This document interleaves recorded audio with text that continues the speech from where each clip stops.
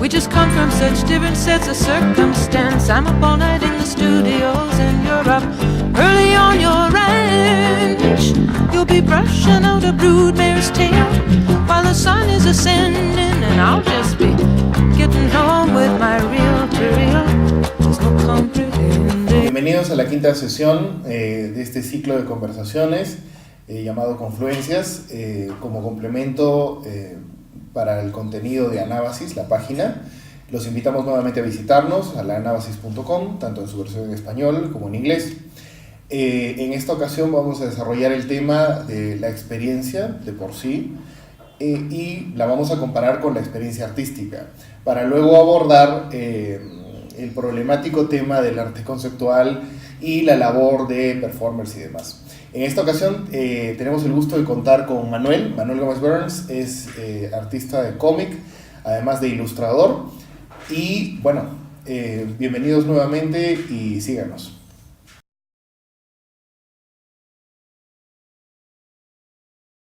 Bien, como hemos hecho en otras ocasiones, vamos a dividir esta conversación en dos partes.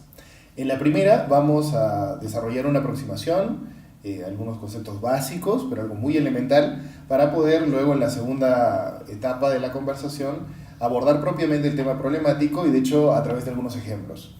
Bien, entonces me gustaría preguntarte, Manuel, para poder, abrir el diálogo propiamente, preguntarte, ¿qué diferencias podríamos establecer entre la sencilla experiencia, la experiencia cotidiana, la de todos los días, y la experiencia propiamente artística, es decir, la experiencia ante una obra de arte? Empezando por el hecho de que el espectador se va a enfrentar a una experiencia artística, creo que va a depender del lugar, porque la experiencia común lo va a vivir en cualquier momento. ¿Ya? Eso es totalmente... Entonces, eso ya es un hecho en sí. Sin embargo, creo que el tema con la experiencia artística va a depender mucho también del conocimiento o no conocimiento de algunas cosas referentes al arte. O sea, ¿cuánto se dispone o no, digamos, el espectador para saber si está o no ante una obra de arte? Sí, yo creo que tiene que partir un poco de eso. Desde mi punto de vista y desde lo que yo conozco más, que viene a ser más el dibujo en realidad, el espectador puede notar, quizá, el espectador entrenado, por así decirlo, puede notar qué tan suelto es el artista en cuanto al trazo, qué tanto manejo de las proporciones puede tener, qué tanto conocimiento de los contrastes o de la perspectiva o de la composición. Quizá una persona que no tiene mucho conocimiento va a tener, o sea, lo va a apreciar igual. Sin embargo, creo que la experiencia puede ser un poco más enriquecedora para las personas que tienen ese conocimiento. Uh-huh. Entonces, ahora también la experiencia va a depender mucho de los gustos, de qué estamos acostumbrados a ver. Y creo que la experiencia va a basarse un poco en el tema más visual. O sea, de cómo observamos. En cuanto por lo menos a lo visual, claro. Claro, porque en realidad creo que hay una cuestión importante, que actualmente estamos sobresaturados de imágenes. Y la gente está como que no observa mucho. O sea, la experiencia, por ejemplo, artística, me parece, es que precisamente la persona va a tener que enfocarse en algo específico para poder apreciar y crear una comunicación. Va a haber como una comunicación entre la obra, el artista, la obra y el espectador. Y siempre la pregunta es, por ejemplo, ¿qué calificamos como arte o no? Y qué no es arte. Y qué no es arte. Ya. En todo caso, uh-huh, antes de llegar a este punto, podríamos, esbozar una idea de qué es propiamente la experiencia, ¿no? Entonces, la gente puede enfrentarse a una situación, a un fenómeno, simplemente quedarse contemplando, inclusive, como suele decirse, la nada. Pero esto puede constituir una experiencia. ¿Y en qué medida? En la medida en que estos hechos externos pasan a través de la complejidad de uno mismo, como dijimos en uno de los videos antes y también en varios de los textos de Anábasis, cómo es que la realidad es absorbida, aprehendida, se transforma dentro de la complejidad de la propia persona, de manera que cuando ella luego refiere lo que ha pasado, no va a referir solamente la historia objetivamente, no va a mostrar solamente imágenes como testimonios físicos, o simplemente materiales de lo que ha pasado, sino que va a revelar algo que ha ocurrido con esa persona a través del desarrollo de ese fenómeno, ante el enfrentamiento con esa imagen, ante la experiencia de dicho sonido. Entonces la experiencia constituye en sí misma, digamos, una invención nueva, ¿no? Eso podemos plantearlo como experiencia general, de manera que encaje con lo que has dicho. Es decir, se diferenciará de la experiencia artística porque no depende tanto de la persona y del modo en que ésta simplemente asimila lo que vive, sino que buena parte de lo que ocurre va a depender de la elocuencia del objeto o de la obra a que se enfrenta. Elocuencia o no elocuencia, quizá. Claro, ¿no? De manera que incluso podemos plantear así el hecho de que es posible determinar cuán elocuente es una obra de arte. ¿Y tú de qué crees que depende esa elocuencia? O sea, ¿cómo podríamos ver cuando una obra es más o menos elocuente? Yo creo que tiene que ver mucho con el tema de o sea, cómo el artista, por así decirlo, la persona que crea esa obra, qué tanto conocimiento de las artes, bueno, es un poco redundante con el tema de las artes en sí, ¿no? Sino qué tanto... ¿Sensible? No solamente es el tema de la sensibilidad, también el tema de la técnica. Creo que eso es importante y eso me parece que es algo que se está perdiendo un poco con la excusa de que la gente la gente debería, o los artistas deberían estar en contra del academismo en algunos casos.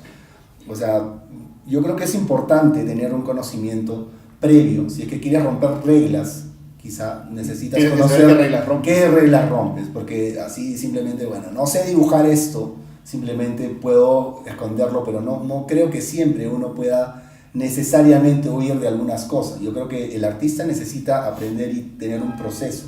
Y es un crecimiento que va a ser desde que entra a una academia o a un lugar para estudiar. E incluso la misma gente que se proclama autodidacta, yo creo que siempre va a tener referentes. Claro. Entonces va a robar o va a absorber algunas cosas de los referentes, a quienes quiere emular, pero esa emulación va a tener que quizá ser parte del mismo creador. O sea, que la debe haber aprendido y configurado como parte misma de sí. Exacto, yo creo que tiene que ver mucho con el tema de cómo, por ejemplo, te pongo un poco el tema en mi caso. Yo siempre he querido imitar a algunos autores.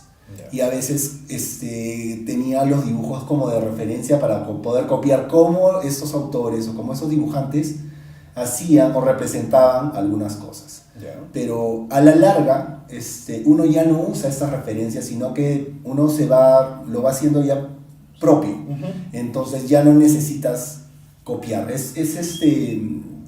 Podríamos ponerlo como el tema de la escritura, por ejemplo, ¿no? Cuando tú aprendes a escribir, por ejemplo, primero tienes esos cuadernos que te dicen M-A, ¿no? Claro. Entonces el niño empieza a aprender copiando y copia la letra así como que la calca prácticamente, ¿no? Hasta que después ya escribes con una cierta naturalidad y fluidez. Ahora, todo este proceso, dices, se desarrolla también en el espectador, en la persona, en el público de a pie, digamos, ¿no? El público abierto, que también sugieres tenga una formación que le permita apreciar mejor las expresiones artísticas. Yo creo que es importante, porque creo que también el tema, con la palabra arte en realidad es una palabra que ahora como que, mucha gente puede llamar arte a cualquier cosa. Sí.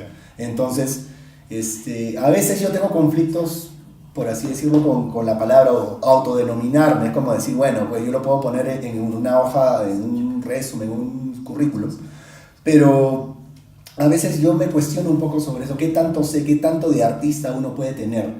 ¿De dónde? ¿Cómo salimos? ¿Cómo nos hacemos artistas? ¿Quién te dice si eres artista o no?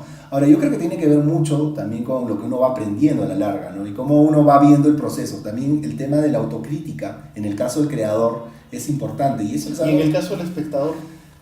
En el caso del espectador, autocrítica o la crítica en el caso del espectador. Te dejo abierta. A ver, yo creo que la autocrítica quizá en el espectador entrenado podría existir.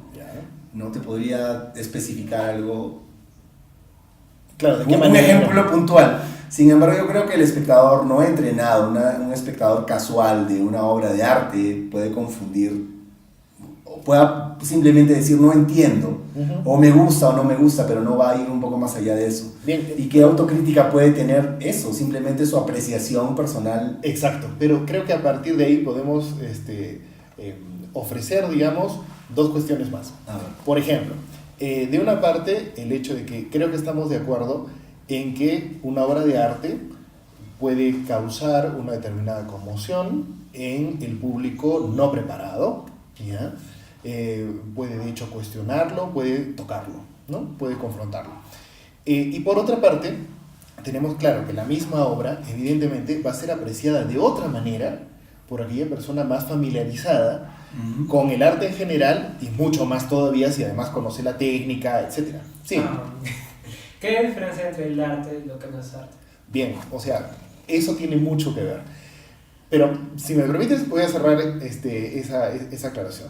De manera que una obra de arte puede ser reconocida con relativa facilidad como una obra profunda y vasta en la medida en que logra que una persona poco familiarizada con el arte logre prontamente, digamos, en la medida de su contexto también, ser afectada por ella. Y a la vez por el modo en que lleva a una persona que sí está familiarizada con el arte, que está un poco más cultivada al respecto, a cuestiones más hondas, mucho más profundas, a aspectos que van más allá de la percepción de impacto simple de a pie. De manera que podemos ver la misma pregunta que has hecho, o sea, de qué es arte y qué no es arte, surgió, recuerdo, en el primer diálogo que tuvimos y está en varios textos. Y aunque existen múltiples definiciones de arte, estuvimos más o menos de acuerdo en que todas coinciden en dos puntos. La primera, que el arte no es un fin en sí mismo, no es un objeto sagrado ni nada por el estilo. Es en realidad una forma más de comunicación, que se diferencia del resto de formas de comunicación en el hecho de que el mensaje que transmite no es una respuesta, no es simplemente una declaración de principios, sino es de hecho una provocación a la cuestión.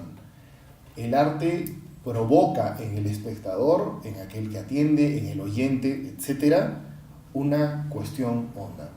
De manera que se nos ofrece a todos una posibilidad de desarrollar crítica en general. Y esta consiste en cuán elocuente, y volvemos a ese término, ¿no? Es una determinada obra para cuestionar, para conducir a una persona que la contempla, que la observa, a cuestiones hondas de sí misma. Y esto difiere completamente de la complacencia en los medios. Decías que estamos saturados de imágenes y es cierto, pero estas son imágenes, digamos, que pretenden reflejar lo que nosotros queremos ver de nosotros mismos. Eso no es arte, porque no te cuestiona en nada, simplemente te reafirma en lo que tú ves. Ahora, te sostiene en la identificación. En cambio, el arte, por el contrario, te va a hacer dudar permanentemente respecto de si lo que estás percibiendo es realmente lo que es. Si lo que tú eres no merece una reevaluación porque la propia obra lo pone en cuestión, etcétera, ¿no? Mi pregunta va un poco más a, por ejemplo, cosas que en su momento no fueron consideradas arte y que posteriormente se adquieren un valor artístico. Claro. Por ejemplo, no hay la pretensión, digamos, no sé si llamarlo artesano en este caso, de la persona que crea este producto. Quizá no es una obra necesariamente, pero es un producto también como de comunicación. Sin embargo, pasa el tiempo y se empieza a revalorizar esta obra. Y obtiene el estatus de obra de arte, digamos. No necesariamente de obra de arte, sin embargo, yo lo consideraría más como arte, porque simplemente arte, ¿no? Ahora, digamos, en el caso, dos casos particulares. Uno que es Andy Warhol, cuando empieza a reproducir objetos de la vida cotidiana y, bueno, los reproducen en formatos grandes, hace serigrafías, las hace en serie y, bueno, crea toda una tendencia, digamos, como del arte pop, por así decirlo. Otra cosa que también está es el tema del cómic. Por ejemplo, muchos cómics que en su momento, cuando se crearon, los artes originales de los primeros cómics que salieron en los periódicos de inicios del siglo XX, no tenía o sea, el mismo dibujo no tenía ningún valor porque eso era un objeto totalmente descartable. Entonces, recuerdo haber leído que había algunos dibujantes de cómic, en un momento decían que, por ejemplo, algunos tenían apilados los originales, por ejemplo, de Crazy Cat o no sé, los tenían apilados no me acuerdo en qué parte de la oficina, pero era como una cosa totalmente... que era simplemente algo totalmente que carecía de valor.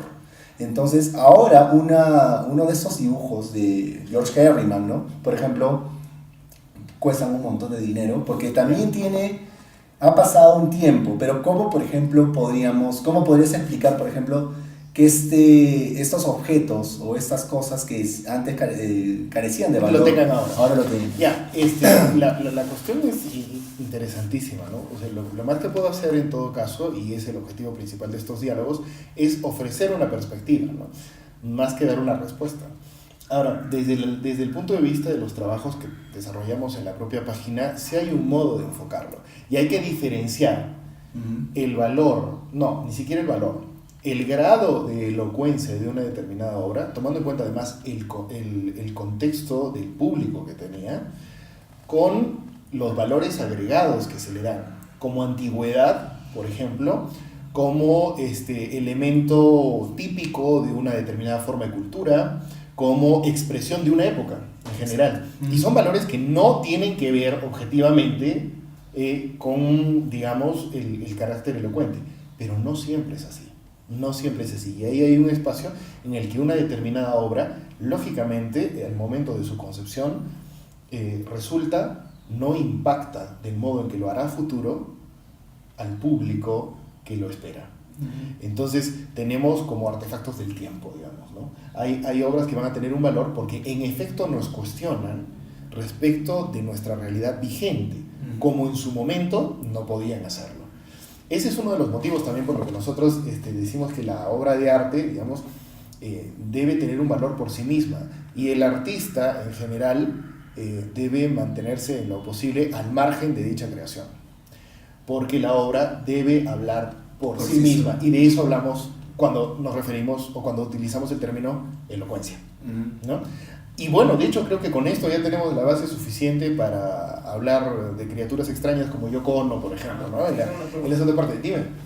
¿Qué tanto ha afectado la venta de arte, lo de su crítica y eso? Porque, digamos, una obra la venden a millones de dólares, pero realmente no vale la pena. Claro, muy bien. Al respecto de eso, por ejemplo, se ha manifestado Avelina Lesper en una serie de videoclips, que se ha hecho bastante popular por esto, pero también hay muchos otros críticos que han denunciado, digamos, la atroz intervención y la pésima influencia que ha tenido el mercado en la auténtica valoración de obras de arte. Ahora, este tema sí es recontra vasto y profundo porque nos lleva incluso a teoría sociopolítica. Bertrand Russell, por ejemplo, en Los Caminos de la Libertad, plantea en cada uno de los esquemas políticos que de modo, por cierto, maravilloso alumbra, un rol determinado para el arte, ¿no? Nosotros nos vamos a enfocar, digamos, en algo más puntual. Vamos a tratar de darle luces al fenómeno del mercado y el modo en el que todo el rollo en torno a la obra, es decir, todo el ruido que hacemos alrededor de ella, cuando no la dejamos hablar por sí misma, termina generando costo, termina generando la imagen de valor y que se traduce en dinero. Entonces, con eso vamos a la segunda parte.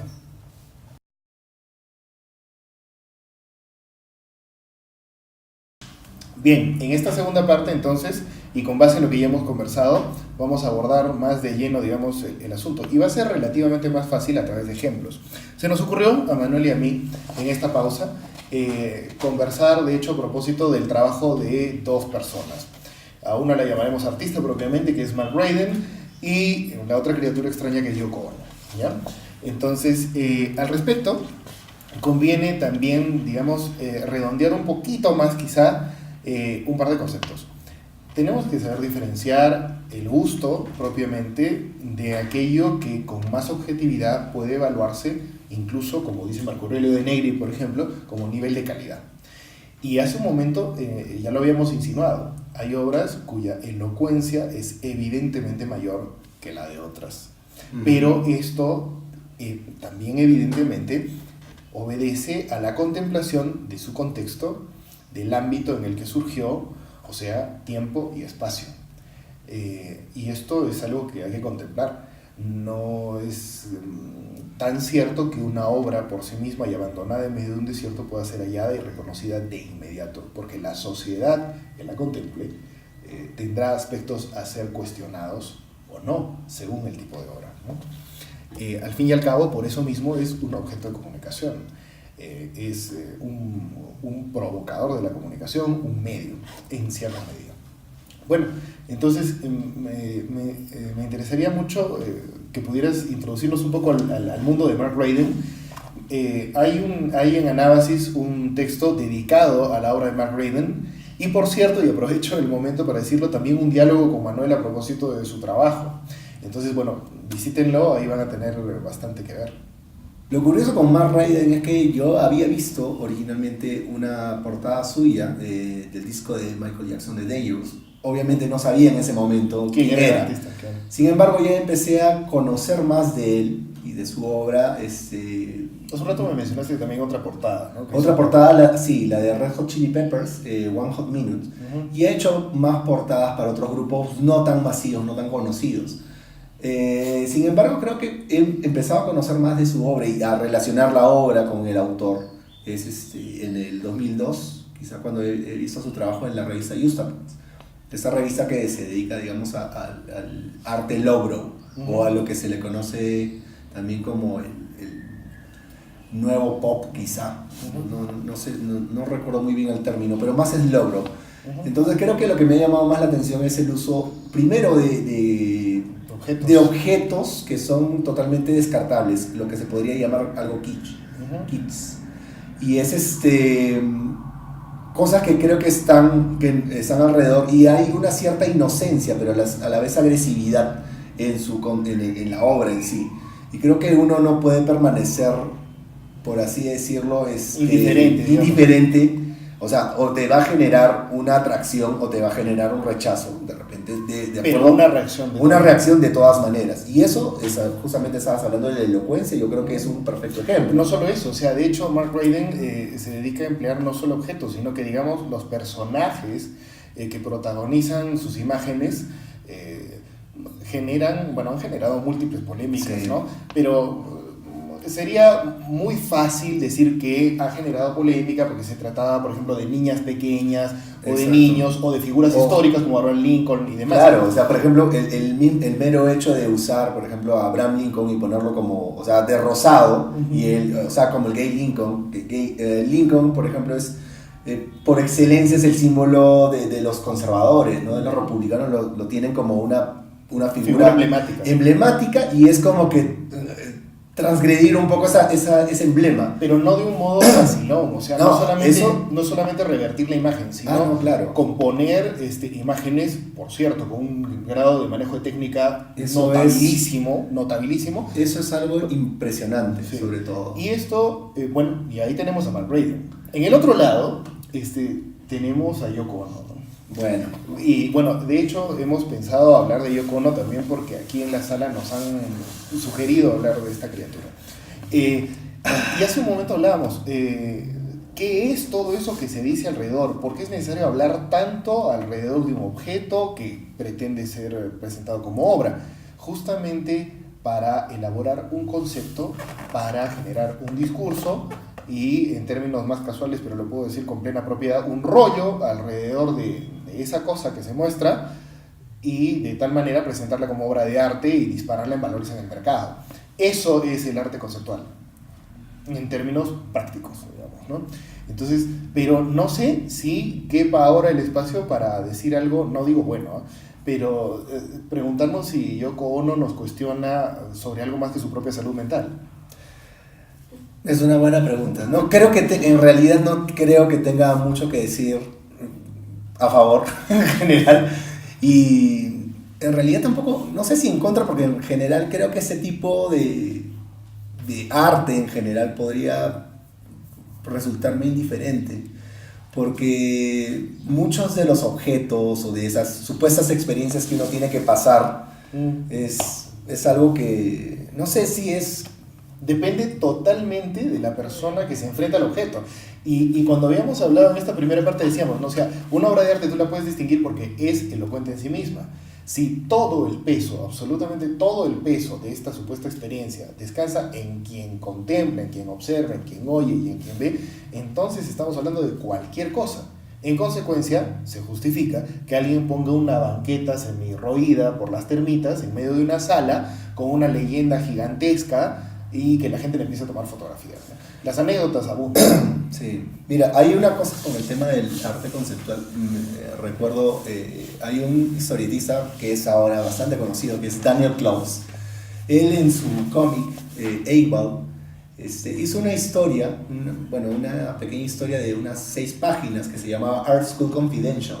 Y él hablaba un poco sobre el scam que resultaba ser las escuelas de arte, ¿no? O sea, y dentro de estas viñetas mencionaba, por ejemplo, el alumno que presentaba su cuarto hecho, o sea, destrozado como parte de un trabajo, y el profesor se lo aceptaba. Otro que presentaba una taza que tenía un tampón adentro y era pues era su escultura.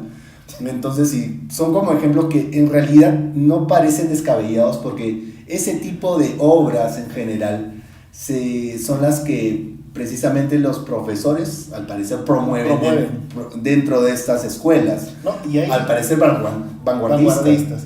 Y ahí viene un detalle interesante, ¿no? El hecho de que esto fomenta que haya un montón de personas que apenas ingresan a las escuelas de arte supuestamente a formarse, bueno, y en algunos casos de hecho sí que lo hacen, pero ya se ponen automáticamente la etiqueta encima de artistas, porque de este modo la disposición de meros objetos les van a dar de una manera facilísima el estatus, y esto tiene una injerencia directa también en el asunto económico, ¿no? Bueno, sí, no sé, para mí en realidad siempre tengo conflictos con esas cosas, porque por ejemplo hace unos años estaba viendo... Pero conflictos, ojo, que no cuestionamientos por la propia obra. No, claro, eso es definitivo. Yo creo que, por ejemplo, he visto muchas veces, por ejemplo, noticias del Art Basel en Miami, que, por ejemplo, presentan un montón de ropa sucia y que alguien la compró por no sé cuántos millones de dólares. He visto otra foto de un montón de plátanos ahí. O sea, creo que mencionamos en la primera parte sobre la experiencia cotidiana y la experiencia artística. Ahora, creo que para la gente que no tiene absolutamente nada de formación, digamos, pues, en cuanto al arte, creo que no se va a cuestionar que te pongan pues plátanos en una sala y va a decir, oh sí, esto es arte conceptual. Que en una persona preparada menos.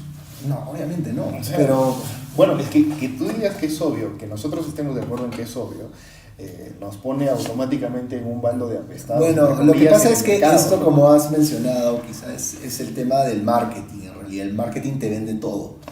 Te va a vender un estatus, o sea, tú puedes comprar cualquier cosa simplemente porque tienes el dinero y puedes comprar un objeto que no ha tenido, o sea, el supuesto artista no ha tenido ningún tipo de, o sea, no lo ha pensado mucho. No hay mensaje que se no hay mensaje, no hay elocuencia que pueda transmitir no hay nada. técnica, o sea, digamos, en mi caso, por ejemplo, yo lo relaciono mucho con el dibujo. Pero también lo podemos llevar a la escultura, ¿no? O sea, cómo, por ejemplo, una persona puede presentar algo... Esa taza que decís. Esa taza, por ejemplo, que está... Y es algo que está hecho, o sea, la persona no ha fabricado nada, no ha salido de... No. Es como que agarras y, pues, no sé, compras objetos en masa y los pones en una vitrina y los presentas como arte. Y hay muchos que ni siquiera lo hacen ellos, sino que tienen una fábrica donde gente hace todo esto. Entonces no está a la mano del artista. Yo en realidad cuestiono mucho esto porque no creo que o sea, la obra en sí tiene... cuestionamos esta actividad del mercado. Claro. No estamos teniendo una discusión sobre el ámbito propiamente del arte. No. Definitivamente creo que tiene que ver mucho con el tema más de cómo se ha manejado esto, cómo se ha vuelto también... Como fenómeno social. Se ha vuelto una tendencia, pero también es para ciertos... Sí, yo me pregunto qué clase de trascendencia pueda tener una obra de este tipo en el futuro. O sea, yo creo que hasta cierto punto, en algún momento de la historia, ha podido ser válido algunas cosas, el cuestionamiento de qué es arte y no, por ejemplo, lo que sea Duchamp en su momento. Pero ya como que algunos se pueden no sé, como que algunos se pueden agarrar de esto como para hacer algo que no requiere demasiada práctica, o sea, simplemente tienes Es fácil, pues. Es algo fácil y solamente tienes que crear o sea, meterle un rollo, como dices, ¿no? Simplemente para poder justificar esa obra. Entonces es como lo que hace también el marketing, muchas veces que, por ejemplo, te venden la leche que no es leche. Entonces, Bueno, eso podría ser una gran obra. es una gran obra, obviamente, el arte conceptual. Sí. Y es una obra masiva todavía, le está llegando a toda la gente. Creo ¿no? que una demostración sencilla del hecho de que este conjunto de cosas que hacen personas como Yoko Ono no son arte, radica en que no podemos ni siquiera hablar de ellas. No cuestionan absolutamente nada y de hecho no tenemos mucho más que decir que felizmente no hayan dicho ya otros críticos, inclusive algunos youtubers de cierta agudeza en otros medios. De todas maneras va nuestra invitación a ustedes a explorar un poco la página porque este es un tema que figura muchas veces. Hay varios textos en los que hemos hablado, por ejemplo, de trabajos técnicamente muy logrados, pero cuya elocuencia es discutible. Y ese es un ámbito muy fértil. Eso, para por la- ejemplo, también es interesante, porque, por ejemplo, el mero hecho de que uno pueda manejar, o sea, la técnica a la perfección, pero No la garantiza. obra no te dice nada, Ujú. yo creo que está a medio camino. Exacto. O y es sea, un sí, ámbito para hay discutir. mucha gente que, por ejemplo, domina a la perfección el dibujo realista, casi fotográfico, O la ejecución en instrumentos, por ejemplo. pero quizá no, bueno, en lo personal, por ejemplo, para mí de repente no me dice mucho, o sea, de repente un dibujo un poco con economía en línea, pero que tenga cierta contundencia y que hay cosas que te pueden llamar mucho la atención.